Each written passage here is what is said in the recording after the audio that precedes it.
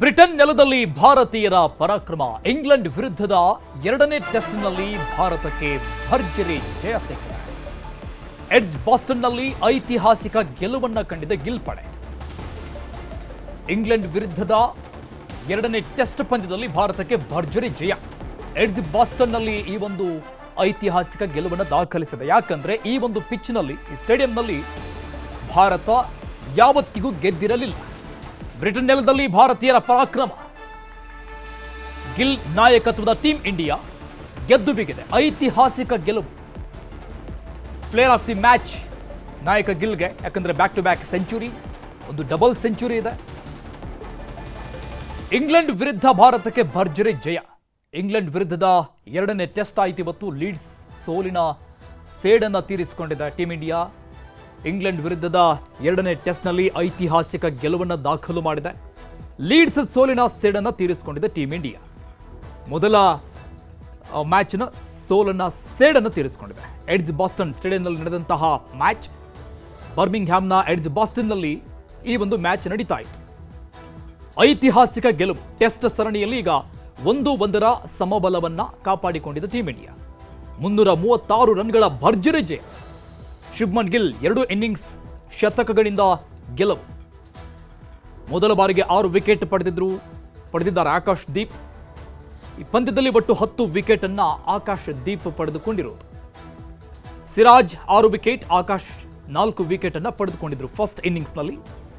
ವಿದೇಶದಲ್ಲಿ ಟೆಸ್ಟ್ ಗೆದ್ದಂತಹ ಭಾರತದ ಕಿರಿಯ ಕ್ಯಾಪ್ಟನ್ ಅನ್ನುವಂತಹ ಹೆಗ್ಗಳಿಕೆಗೆ ಶುಭ್ಮನ್ ಗಿಲ್ ಕೂಡ ಪಾತ್ರರಾಗಿದ್ದಾರೆ. ತೆಂಡೂಲ್ಕರ್ ಆಂಡರ್ಸನ್ ಟೆಸ್ಟ್ ಸರಣಿ ಸಮಬಲ. ಇನ್ನು ಮ್ಯಾಚ್ಗಳಿದೆ. 10 ವಿಕೆಟ್ ಪಡೆದಿರುವಂತಹ ಆಕಾಶ್ ದೀಪ್ ಬೌಲಿಂಗ್ನಲ್ಲಿ ಸಾಧನೆ ಮಾಡ್ತಾ ಇರೋದು. 5 ವಿಕೆಟ್ಸ್ಗಳನ್ನು ಪಡೆದು ಸಿರಾಜ್ ಕೂಡ ನಿನ್ನೆ ದಾಖಲೆ ಮಾಡಿದ್ರು. 5 ವಿಕೆಟ್ ಪಡೆದಿದ್ದು ಸಿರಾಜ್. ಲೀಡ್ಸ್ ಸೋಲನ್ನು ಕಂಡಿತ್ತು ಟೀಮ್ ಇಂಡಿಯಾ ಮೊದಲ ಮ್ಯಾಚ್ನಲ್ಲಿ. ಎರಡನೇ ಮ್ಯಾಚ್ನಲ್ಲಿ ಅದನ್ನ ಸೇಡನ್ನು ತೀರಿಸಿಕೊಂಡಿದೆ. ಬರ್ಮಿಂಗ್ಹ್ಯಾಮ್ನ ಎಡ್ಜ್ ಬಾಸ್ಟನ್ ಈ ಸ್ಟೇಡಿಯಂನಲ್ಲಿ ಒಂದು ಮ್ಯಾಚ್ ನಡೀತಾ ಇತ್ತು. ಕುತೂಹಲ ಅಂದ್ರೆ ಐತಿಹಾಸಿಕ ಗೆಲುವು ಅಂತ ಯಾಕೆ ಹೇಳ್ತಾ ಇದ್ದೀವಿ ಅಂದ್ರೆ, ಈ ಒಂದು ಪಿಚ್ಚಲ್ಲಿ ಅಥವಾ ಈ ಒಂದು ಸ್ಟೇಡಿಯಂನಲ್ಲಿ ಭಾರತ ಯಾವತ್ತೂ ಗೆದ್ದಿರಲಿಲ್ಲ ಟೆಸ್ಟ್ ಮ್ಯಾಚ್ಗಳನ್ನು. ಸೊ ಇದು ಐತಿಹಾಸಿಕ ಗೆಲುವಲ್ಲಿ ದಾಖಲೆ ಆಗ್ತಾ ಇದೆ. They played great. Really excited, really happy that they won. Arshdeep took 5 wickets. बहुत बढ़िया इंडिया खेला. Well played. Wonderful match, amazing kill innings, and we really like the ending in the end of the match. That's fantastic. बहुत ही अच्छा performance रहा है ये. England पे पहली बार एजबेस्टन में हम जीते हैं और अर्शदीप और सिराज ने 5-5 विकेट लिए हैं. बहुत ही अच्छी परफॉर्मेंस रही है. Overall team performance and batting performance Shubman Gill ने भी बहुत अच्छी परफॉर्मेंस की है. बहुत बड़ी बात है ऑब्वियसली मैं भारत के लिए, और बहुत मजा आया. बहुत ही अच्छी इनिंग्स शुभम गिल की जिन्होंने पूरा मैच सेटअप करा, और उसके बाद आकाशदीप वंडरफुल बॉलिंग. और चाहे वेदर ने थोड़ा डरा दिया, बट उसके बावजूद हमने बिल्कुल मैच सही से पकड़ा और जीता. Well, I would say England must be having hard time today because this Shubman Gill's team is no different and they are here for win. I'm telling you, since they lost the match at Leeds, they wanted to prove themselves. Gautam Gambhir, he was serious and he wanted to show the world this team is going to rock back, and that's what they did.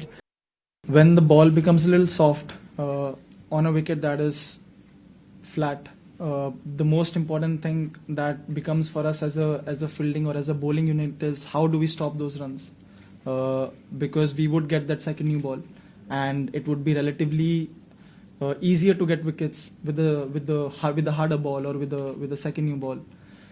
And when they were, I think, 83 for 5 in the first innings, we straight after that we went for some short ball bowling because I wanted to take that extra risk and see if we get that wicket. Yeah, and that's where I think we leaked a lot of runs, but that was part of my plan because I wanted, if we would have gotten 1 wicket there, their tail would have started. And I think that gave them a little bit of momentum as well. But we were so ahead in the game that I could afford that to take that risk. But in this inning, we spoke about, even if we are getting wickets consistently, we'll still try to make them play in the areas where it's difficult to score. ಈ ಗೆಲುವಿನ ಬೆನ್ನಲ್ಲೇ ವಿರಾಟ್ ಕೊಹ್ಲಿ ಅವರು ಗಿಲ್ ಅವರನ್ನ ಕೊಂಡಾಡಿದ್ದಾರೆ. Edge ಬಾಸ್ಟನ್ನಲ್ಲಿನ ಗೆಲುವು ಐತಿಹಾಸಿಕ. Shubman Gill batting ನಾಯಕತ್ವದಿಂದ ಈ ಒಂದು ಗೆಲುವು ದಾಖಲಾಗಿದೆ. ಒಗ್ಗಟ್ಟಿನ ಆಟಕ್ಕೆ ಸಿಕ್ಕಂತಹ ಜಯ ಅಂತ ಕೊಹ್ಲಿ ಎಕ್ಸ್ನಲ್ಲಿ ಪೋಸ್ಟ್ ಮಾಡಿದ್ದಾರೆ. ಸಿರಾಜ್, ಆಕಾಶ್ ಬೌಲಿಂಗ್ ಶ್ಲಾಘನೀಯ. ಭಾರತದ ಗೆಲುವನ್ನ ವಿರಾಟ್ ಕೊಹ್ಲಿ ಸಂಭ್ರಮಿಸಿರೋದು ಎಕ್ಸ್ ಖಾತೆಯಲ್ಲಿ ಪೋಸ್ಟ್ ಮಾಡಿದ್ದಾರೆ. ಶುಭ್ಮನ್ ಗಿಲ್ ಅವರ ಬ್ಯಾಟಿಂಗ್ ವೈಖರಿ, ಅವರ ನಾಯಕತ್ವ ಇದೆಲ್ಲವೂ ಕೂಡ ಕಾರಣ ಆಗಿದೆ ಈ ಒಂದು ಗೆಲುವಿಗೆ. ಇದೊಂದು ಐತಿಹಾಸಿಕ ಗೆಲುವು ಅಂತ ವಿರಾಟ್ ಕೊಹ್ಲಿ ಭಾರತದ ಈ ಒಂದು ಗೆಲುವನ್ನ ಕೊಂಡಾಡಿದ್ದಾರೆ. ಜೊತೆಗೆ ಮಿಂಚಿರುವಂತಹ ಎಲ್ಲ ಆಟಗಾರರನ್ನು ಕೂಡ ಹೊಗಳಿದ್ದಾರೆ, ಹಾಡಿ ಹೊಗಳಿದ್ದಾರೆ. ಬೌಲರ್ಸ್, ಬ್ಯಾಟರ್ಸ್ ಎಲ್ಲರನ್ನೂ ಕೂಡ. ಎಡ್ಜ್ ಬಾಸ್ಟನ್ನಲ್ಲಿ ದಾಖಲಾಗಿರುವಂತಹ ಐತಿಹಾಸಿಕ ಗೆಲುವು ಭಾರತದ ಕ್ರಿಕೆಟ್ ತಂಡದಿಂದ. ವಿರಾಟ್ ಕೊಹ್ಲಿ ಅವರ ಅನುಪಸ್ಥಿತಿಯಲ್ಲಿ ಆಗುತ್ತಿರುವಂತಹ ಮೊದಲ ಟೆಸ್ಟ್ ಸೀರೀಸ್ ಇಂಗ್ಲೆಂಡ್ ವಿರುದ್ಧ. ಯಾಕಂದ್ರೆ ಅವರು ಟೆಸ್ಟ್ಗೂ ಕೂಡ ವಿದಾಯ ಕೊಟ್ಟ ನಂತರದಲ್ಲಿ ಆಗ್ತಾ ಇರುವಂತಹ ಮ್ಯಾಚ್ಗಳಿದು. ಇನ್ನು ಮತ್ತೊಂದು ಕಡೆ ಮಾಸ್ಟರ್ ಬ್ಲಾಸ್ಟರ್ ಸಚಿನ್ ತೆಂಡೂಲ್ಕರ್ ಕೂಡ ಗಿಲ್ ಅವರನ್ನ ಕೊಂಡಾಡಿದ್ದಾರೆ. ಭಾರತ ತಂಡದ ಗೆಲುವನ್ನ ಸಂಭ್ರಮಿಸಿದ್ದಾರೆ ಸಚಿನ್ ತೆಂಡೂಲ್ಕರ್. ಶುಭ್ಮನ್ ಗೆಲುವಿನ ಕ್ಷಣದ ಹೀರೋ. ಭಾರತದ ಗೆಲುವಿಗೆ ಬಲ ತುಂಬಿದ್ದಾರೆ ಶುಭ್ಮನ್ ಗಿಲ್. ರಿಷಬ್ ಪಂತ್, ಕೆಎಲ್ ರಾಹುಲ್, ಜಡೇಜಾ ಅವರ ಬ್ಯಾಟಿಂಗ್ ಸೂಪರ್ ಆಗಿತ್ತು. ಇಂಗ್ಲೆಂಡ್ ಆಟಗಾರರನ್ನ ಸೋಲಿನ ತದುಡುವಲ್ಲಿ ಯಶಸ್ವಿ ಮಾಡಿದ್ರು ನಮ್ಮ ಬೌಲರ್ಗಳು. ಸೊ ಬೌಲಿಂಗ್ ಲೆಂತ್, ಬೌಲರ್ಗಳ ದಾಳಿ ತುಂಬಾ ಪ್ರಮುಖವಾಯಿತು. ಆಕಾಶ್ ದೀಪ್ ಬೌಲಿಂಗ್ನಲ್ಲಿ ಭಾರತದ ಭವಿಷ್ಯ ಕಂಡಿದೆ ಅಂತ master blaster cricket god Sachin Tendulkar ಕೊಂಡಾಡಿರೋದು ಈ ಒಂದು ಐತಿಹಾಸಿಕ ಗೆಲುವನ್ನು.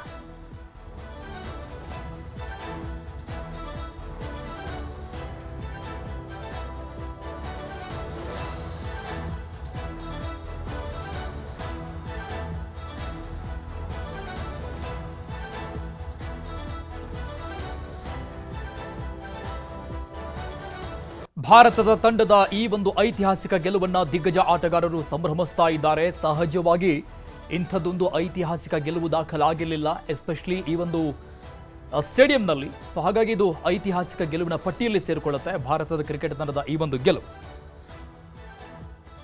ಈ ಬಗ್ಗೆ ಇನ್ನಷ್ಟು ಡೀಟೇಲ್ಸ್ ಕೊಡ್ತಾರೆ ನಮ್ಮ ಪ್ರತಿನಿಧಿ ಆಶಿಕ್ ಸಂಪರ್ಕದಲ್ಲಿದ್ದಾರೆ. ಆಶಿಕ್, ನಿಜಕ್ಕೂ ಕೂಡ ಸೀನಿಯರ್ ಪ್ಲೇಯರ್ಗಳ ಅನುಪಸ್ಥಿತಿಯಲ್ಲಿ ಶುಭ್ಮನ್ ಗಿಲ್ ಅವರಿಗೆ ಇಂಥದ್ದೊಂದು ದೊಡ್ಡ ಜವಾಬ್ದಾರಿ ನೀಡಿದ ನಂತರದಲ್ಲಿ ಒಬ್ಬ ಆಟಗಾರನಾಗಿ, ಒಬ್ಬ ಕ್ಯಾಪ್ಟನ್ ಆಗಿ ಹೇಗೆ ಮುನ್ನಡೆಸಬಹುದು ಅನ್ನುವಂತಹ ದೊಡ್ಡ ಪ್ರಶ್ನೆ ಇತ್ತು ಪ್ರತಿಯೊಬ್ಬ ಭಾರತೀಯರಿಗೂ ಕೂಡ, ಕ್ರಿಕೆಟ್ ಪ್ರೇಮಿಗಳಿಗೆ. ಅದೆಲ್ಲವನ್ನು ಕೂಡ ನೀಗಿಸ್ದಂಗೆ ಕಾಣಿಸ್ತಾ ಇದೆ ಟೋಟಲ್ ಈ ಒಂದು ಪ್ಲೇಯಿಂಗ್ 11. ಖಂಡಿತ ಅರುಣ್, ಅಂದ್ರೆ ಹಿರಿಯ ಆಟಗಾರರ ದಿಢೀರ್ ನಿವೃತ್ತಿಯಿಂದಾಗಿ ಯಾವ ರೀತಿಯಾಗಿರುವಂತಹ ಪ್ರದರ್ಶನ ಟೀಮ್ ಇಂಡಿಯಾದ ಆಟಗಾರರಿಂದ ಈ ಒಂದು ಇಂಗ್ಲೆಂಡ್ ಸರಣಿಯಲ್ಲಿ ಮೂಡಿ ಬರುತ್ತೆ ಅನ್ನುವಂಥದ್ದು ಬಹಳಷ್ಟು ಒಂದು ಗೊಂದಲ ಮತ್ತು ಅಷ್ಟೇ ಪ್ರಶ್ನಾರ್ಥಕವಾಗಿ ಕ್ರಿಕೆಟ್ ಅಭಿಮಾನಿಗಳಲ್ಲಿ ಮೂಡಿತ್ತು. ಅದಕ್ಕೆ ಒಂದು ಸ್ಪಷ್ಟ ಉತ್ತರ ಅನ್ನುವಂಥ ರೀತಿಯಲ್ಲಿ ಎರಡನೇ ಟೆಸ್ಟ್ ಇದೀಗ ಗೆದ್ಕೊಂಡು ಸರಣಿಯನ್ನ ಸಮಬಲ ಸಾಧಿಸಿಕೊಂಡಿರುವಂಥದ್ದು. ಬಹಳ ಅದ್ದೂರಿಯಾಗಿರುವಂತಹ ಬ್ಯಾಟಿಂಗ್ ಪ್ರದರ್ಶನ, ಅದೇ ರೀತಿ ಬೌಲಿಂಗ್ ದಾಳಿಯಲ್ಲೂ ಕೂಡ ಒಂದು ಮುನ್ನಡೆ ಕಾಯ್ದುಕೊಂಡು ಟೀಮ್ ಇಂಡಿಯಾ ಈ ಎರಡನೇ ಟೆಸ್ಟ್ ಪಂದ್ಯವನ್ನ ಇಂಗ್ಲೆಂಡ್ ವಿರುದ್ಧ ಬರ್ಮಿಂಗ್ಹ್ಯಾಮ್ ನಲ್ಲಿ ಗೆಲುವನ್ನ ದಾಖಲಿಸಿಕೊಂಡಿರುವಂಥದ್ದು. ಕೇವಲ ಇದು ಸರಣಿಯಲ್ಲಿ ಸಮಬಲ ಸಾಧಿಸುವ ನಿಟ್ಟಿನಲ್ಲಿ ಮಾತ್ರ ಅಲ್ಲ, ಈ ಗೆಲುವು ಮುಖ್ಯ ಪ್ರಾಮುಖ್ಯತೆಯನ್ನ ಪಡೆದುಕೊಂಡಿರುವಂಥದ್ದು. ಒಂದು ಐತಿಹಾಸಿಕ ನೆಲೆಯಲ್ಲೂ ಕೂಡ ಇವತ್ತಿನ ಈ ಪಂದ್ಯ ಬಹಳ ಪ್ರಮುಖವಾಗಿರುವಂಥದ್ದು. 1967 ಬಳಿಕ ಯಾವುದೇ ರೀತಿಯಾಗಿರುವಂತಹ ಟೆಸ್ಟ್ ಪಂದ್ಯವನ್ನ ಭಾರತ ಇಂಗ್ಲೆಂಡ್ನ ಈ ಒಂದು ಮೈದಾನದಲ್ಲಿ ಗೆದ್ದಿರ್ಲಿಲ್ಲ. ಇಷ್ಟು ವರ್ಷಗಳಾದ್ಮೇಲೆ ಇದೀಗ ಒಂದು ಟೆಸ್ಟ್ ಪಂದ್ಯವನ್ನ ಭಾರತ ಗೆಲ್ತಾ ಇರುವಂತದ್ದು. ಅದರಲ್ಲೂ ಮುಖ್ಯವಾಗಿ ಏಷ್ಯಾದಲ್ಲಿರುವಂತಹ ಯಾವ ತಂಡವೂ ಕೂಡ, ಅದು ಪಾಕಿಸ್ತಾನ ಇರ್ಬೋದು, ಶ್ರೀಲಂಕಾ ಇರ್ಬೋದು, ಬಾಂಗ್ಲಾದೇಶ ಇರ್ಬೋದು, ಯಾವ ತಂಡ ಕೂಡ ಈ ಒಂದು ಮೈದಾನದಲ್ಲಿ ಇದುವರೆಗೂ ಕೂಡ ಒಂದೇ ಒಂದು ಟೆಸ್ಟ್ ಪಂದ್ಯವನ್ನು ಕೂಡ ಗೆಲ್ಲೋದಕ್ಕೆ ಸಾಧ್ಯ ಆಗಿಲ್ಲ. 1986ರಲ್ಲಿ ಕಪಿಲ್ ದೇವ್ ನಾಯಕತ್ವದಲ್ಲಿ ಟೀಮ್ ಇಂಡಿಯಾ ಗೆಲುವಿನ ಕಡೆ ಹೋಗಿತ್ತಾದ್ರೂ ಕೊನೆ ಕ್ಷಣದಲ್ಲಿ ಆ ಒಂದು ಪಂದ್ಯದಲ್ಲಿ ಡ್ರಾನ ಸಾಧಿಸಿಕೊಂಡಿತ್ತು. ಅದಾಗಿ ಕೂಡ ಒಂದು ಗೆಲುವು ಈ ಒಂದು ಮೈದಾನದಲ್ಲಿ ಮರೀಚಿಕೆ ಅನ್ನುವಂತ ರೀತಿಯಲ್ಲಿ ಟೀಮ್ ಇಂಡಿಯಾ ಪಾಲಾಗಿತ್ತು. ಆದ್ರೆ ಇವತ್ತಿನ ಆ ಪಂದ್ಯ ಬಹಳ ಅದ್ದೂರಿ, ಅಂದ್ರೆ ಈ ಒಂದು ಸರಣಿಯಲ್ಲಿ ಸಮಬಲ ಸಾಧಿಸಿಕೊಳ್ಳೋದಕ್ಕೆ ಒಂದು ಕಾರಣ. ಆದ್ರೆ ಮತ್ತೊಂದು ಕಡೆಯಿಂದ ಐತಿಹಾಸಿಕವಾಗಿ ಈ ಒಂದು ಬರ್ಮಿಂಗ್ಹ್ಯಾಮ್ ಮೈದಾನದಲ್ಲಿ ಒಂದು ತನ್ನ ಗೆಲುವಿನ ಖಾತೆಯನ್ನು ಕೂಡ ಟೀಮ್ ಇಂಡಿಯಾ ಓಪನ್ ಮಾಡಿರುವಂತದ್ದು. ಇನ್ನು ನಾವು ಬ್ಯಾಟಿಂಗ್ ಲೈನಪ್ ಅನ್ನು ನೋಡ್ತಾ ಹೋದ್ರೆ ಶುಭ್ಮನ್ ಗಿಲ್ ಮೇಲೆ ಬಹಳ ಒತ್ತಡ ಇತ್ತು. ಜೊತೆಗೆ ಕ್ಯಾಪ್ಟನ್ ಆಗೂ ಕೂಡ ಆತ ಯಾವ ರೀತಿಯಾಗಿ ಆ ಪರ್ಫಾರ್ಮೆನ್ಸ್ ನೀಡ್ತಾನೆ ಮತ್ತು ಬ್ಯಾಟಿಂಗ್ ನಲ್ಲೂ ಕೂಡ ಎಷ್ಟರ ಮಟ್ಟಿಗೆ ಟೀಮ್ ಇಂಡಿಯಾಗೆ ಕೊಡುಗೆ ಕೊಡ್ತಾನೆ ಅನ್ನುವಂಥದ್ರ ಬಗ್ಗೆ ಸಾಕಷ್ಟು ಪ್ರಶ್ನಾರ್ಥಕಗಳು, ಸಾಕಷ್ಟು ಟೀಕೆ ಟಿಪ್ಪಣಿಗಳಲ್ಲೂ ಕೂಡ ಕ್ರಿಕೆಟ್ ಮೈದಾನದಿಂದ ಆಚೆಗೆ ನಡೀತಾ ಇತ್ತು. ಆದ್ರೆ ಎಲ್ಲವನ್ನೂ ಕೂಡ ನಾನು ನಿಭಾಯಿಸಬಲ್ಲೆ ಅನ್ನುವಂತ ಒಂದು ಸ್ಪಷ್ಟ ಸಂದೇಶವನ್ನ ಕ್ರಿಕೆಟ್ ಜಗತ್ತಿಗೆ ಕೊಟ್ಟಿರುವಂತದ್ದು. ಟಾಪ್ ಆರ್ಡರ್ ಇರ್ಬೋದು ಅಥವಾ ಮಿಡಲ್ ಆರ್ಡರ್ ಇರ್ಬೋದು, ಮತ್ತೆ ಮುಖ್ಯವಾಗಿ ಜಸ್ಪ್ರೀತ್ ಬೂಮ್ರಾ ಅನುಪಸ್ಥಿತಿಯಲ್ಲಿ ಯಾವ ರೀತಿಯಾಗಿ ಟೀಮ್ ಇಂಡಿಯಾ ಬೌಲಿಂಗ್ ಲಯವನ್ನ ಕಂಡುಕೊಳ್ತು ಅನ್ನುವಂಥದ್ದಕ್ಕೆ ಈ ಒಂದು ಪಂದ್ಯ ಬಹಳ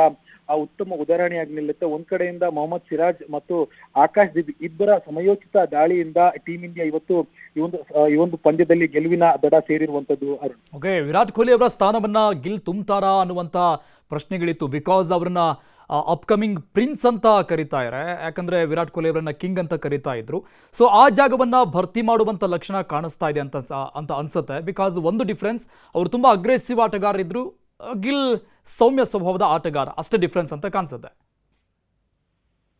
ಖಂಡಿತ ಅಂದ್ರೆ ಒಬ್ಬರ ಜಾಗವನ್ನ ಇನ್ನೊಬ್ರು ತುಂಬೋದು ಅನ್ನುವಂತ ವಿಚಾರ ಇಲ್ಲಿ ಕಾಲಕ್ಕೆ ತಕ್ಕಂತೆ ಭಾರತ ಹೊಸ ಪ್ರತಿಭೆಗಳನ್ನ ಅನ್ವೇಷಣೆಯನ್ನ ಮಾಡ್ತಾ ಜಾಗತಿಕ ಮಟ್ಟದಲ್ಲಿ ಭಾರತವನ್ನ ಪ್ರತಿನಿಧಿಸೋದಕ್ಕೆ ಬೇಕಾಗಿರುವಂತ ವೇದಿಕೆಯನ್ನ ಭಾರತ ಕಲ್ಪಿಸ್ಕೊಡ್ತಾ ಇತ್ತು. ಒಂದ್ ಕಾಲಕ್ಕೆ ಸುನಿಲ್ ಗವಾಸ್ಕರ್ ಇದ್ರು, ಕಪಿಲ್ ದೇವ್ ಇದ್ರು, ರಾಹುಲ್ ದ್ರಾವಿಡ್ ಇದ್ರು, ಗಂಗೂಲಿ ಇದ್ರು, ಸಚಿನ್ ತೆಂಡೂಲ್ಕರ್. ಅದಾದ ಬಳಿಕ ಸ್ವಲ್ಪ ಕಾಲ MS ಧೋನಿ ಕೂಡ ಭಾರತದ ಕೀರ್ತಿ ಪತಾಕೆಯನ್ನು ಹಾರಿಸಿದ್ರು. ಅದಾದ್ಮೇಲೆ ವಿರಾಟ್ ಕೊಹ್ಲಿ ಬಂದ್ರು, ಜೊತೆಗೆ ರೋಹಿತ್ ಶರ್ಮಾ ಬಂದ್ರು. ಈಗ ಶುಭ್ಮನ್ ಗಿಲ್ ಅವರ ಕೈಯಲ್ಲಿ ಟೀಂ ಇಂಡಿಯಾದ ಟೆಸ್ಟ್ ನಾಯಕತ್ವ ಇರುವಂತದ್ದು. ಅವರು ಕೂಡ ಬಹಳ ಪ್ರತಿಭಾನ್ವಿತ ಆಟಗಾರ, ಡೊಮೆಸ್ಟಿಕ್ ಲೆವೆಲ್ ಅಲ್ಲಿ ಮತ್ತೆ ಇತ್ತೀಚಿನ IPL ನಲ್ಲೂ ಕೂಡ ತನ್ನ ಕ್ಯಾಪ್ಟನ್ಸಿ ಲೆವೆಲ್ ಏನು ಅನ್ನುವಂಥದ್ದನ್ನು ಕೂಡ ಅವರು ತೋರಿಸಿದ್ದಾರೆ. ಅಂದ್ರೆ ಅವರು ಫೈನಲ್ ವರೆಗೂ ತಲುಪದೇ ಇರಬಹುದು, ಆದ್ರೆ ಅವರ ಕ್ಯಾಪ್ಟನ್ಸಿ ಅಕ್ಯುರಸಿ ಏನಿದೆ ಅದನ್ನು ಕೂಡ ತಾನು ಎಷ್ಟರ ಮಟ್ಟಿಗೆ ಅದರಲ್ಲೂ ಕೂಡ ನಿಪುಣತೆ ಹೊಂದಿದ್ದೀನಿ ಅನ್ನೋದಕ್ಕೆ IPL ಕೂಡ ಸಾಕ್ಷಿಯಾಗಿತ್ತು. ಅದೇ ರೀತಿಯಲ್ಲಿ ಎಲ್ಲಾ ರೀತಿಯಾಗಿರುವಂತಹ ಭರವಸೆಯನ್ನ ಇಟ್ಕೊಂಡು ಏನು ತಂಡದ ಮುಖ್ಯ ಕೋಚ್ ಆಗಿರುವಂತ ಗಂಭೀರ್ ಇರ್ಬೋದು, ಮತ್ತೆ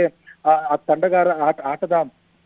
ತಂಡದ ಆಟಗಾರರನ್ನ ಆಯ್ಕೆ ಮಾಡುವಂತಹ ಸಮಿತಿ ಕೂಡ ಅಜಿತ್ ಅಗರ್ಕರ್ ಸಮಿತಿ ಕೂಡ ಅವರ ಮೇಲೆ ಒಂದು ಭರವಸೆಯನ್ನು ಇಟ್ಕೊಂಡು ಅವರಿಗೆ ನಾಯಕತ್ವವನ್ನು ಕೊಟ್ಟಿದೆ. ಮೊದಲ ಸರಣಿಯಲ್ಲೇ ಬಹಳ ಉತ್ತಮ ರೀತಿಯಾಗಿರುವಂತಹ ಬ್ಯಾಟಿಂಗ್ ಮತ್ತು ಕ್ಯಾಪ್ಟನ್ಸಿ ಪ್ರದರ್ಶನವನ್ನ ಅವರು ಕೊಡ್ತಾ ಇರುವಂತದ್ದು.